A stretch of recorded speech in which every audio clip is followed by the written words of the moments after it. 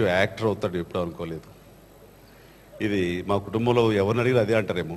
అర్జున్ కూడా అవుతాడని నేను అనుకోలేదు, కానీ ఎక్కడో అర్జున్ అవుతాడని తెలిసింది. చిన్నప్పటి నుంచి కూడాను చాలా హుషారు, చాలా సరదాగా మిమిక్రీ చేస్తూ అన్ని రకాల కార్టూన్ క్యారెక్టర్స్ కూడా యాక్ట్ చేస్తూ చిన్నప్పటి నుంచి కూడాను డ్యాన్సులు అనే దాని మీద తనకి మంచి ఇది ఉంది, పట్టు ఉంది, ఆ ఇంట్రెస్ట్ ఉంది.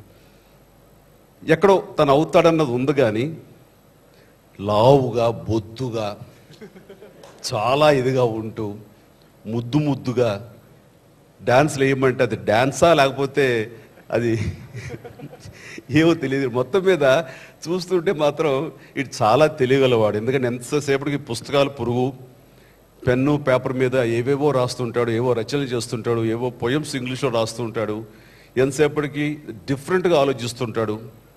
అండ్ మంచి క్రిటిక్. సో సినిమా నటుడికి మాకు ఎక్కువ బ్రెయిన్ ఉండకూడదు, అల్లు అర్జున్ లాగా నాలాగా ఉండాలి తప్ప ఎక్కువ తెలివితేటలు ఉండకూడదు. కొంచెం తెలివితేటలు ఎక్కువ, కాబట్టి తను ఎంతవరకు అవుతాడనే తప్పే నాకు సందిగ్ధం, ఎప్పుడు ఊహించలేదు. కాకపోతే వాళ్ళ నాన్నలాగా ఈ యొక్క సంస్థకి, గీతా సంస్థకి ఏనాడైనా తన ఆధిపత్యం వహిస్తాడు, అధిపతి అయ్యి చలామణి చేస్తాడు, మంచి ఆర్గనైజర్ అని అనుకున్నాను. కానీ తను కూడా మా ట్రాప్లో పడి దీంట్లో పడి కొట్టుకొస్తాడని అనుకోలేదు. ఒక అల్లు అర్జున్ లాగా చేస్తాను, రామ్ చరణ్ లాగా చేస్తే నేను అదే మూసలో పడిపోతాను. ఎప్పుడు నేను కానీ నా ఆలోచనలు కానీ నేను డిఫరెంట్గా ఉండాలి అని అనుకునే వ్యక్తిని.